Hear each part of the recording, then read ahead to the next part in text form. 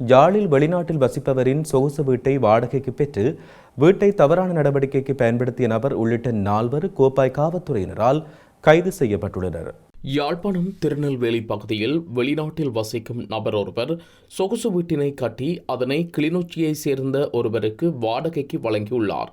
இந்த நிலையில் குறித்த வீட்டில் பெண்கள், ஆண்கள் என பலர் மோட்டார் சைக்கிள், கார்களில் வந்து செல்வதனை அயலவர்கள் கவனித்துள்ளனர். வீட்டில் தவறான நடவடிக்கைகள் நடைபெறுகின்றது என்பதை ஊகித்து வெளிநாட்டில் உள்ள வீட்டின் உரிமையாளருக்கு அறிவித்துள்ளனர். அது தொடர்பில் அவர் நடவடிக்கை எடுக்காத நிலையில் சம்பவம் தொடர்பில் கோப்பாய் காவல்துறையினருக்கு அறிவிக்கப்பட்டுள்ளது.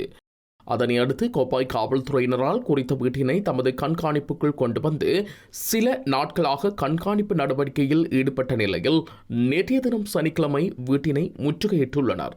இதன்போது வீட்டினுள் சென்று சோதனை நடவடிக்கைகளை மேற்கொண்ட போது தென்னிலங்கையில் இருந்து தவறான நடவடிக்கைக்காக அழைத்து வரப்பட்டிருந்த 3 பெண்கள் மற்றும் வீட்டினை வாடகைக்கு பெற்றிருந்த நபர் ஆகிய 4 காவல்துறையினர் கைது செய்துள்ளனர். இந்த நிலையில் குறித்த 4 கோப்பாய் காவல்துறை நிலையத்தில் தடுத்து வைக்கப்பட்டு விசாரணைகள் மேற்கொள்ளப்பட்டு வருகின்றது.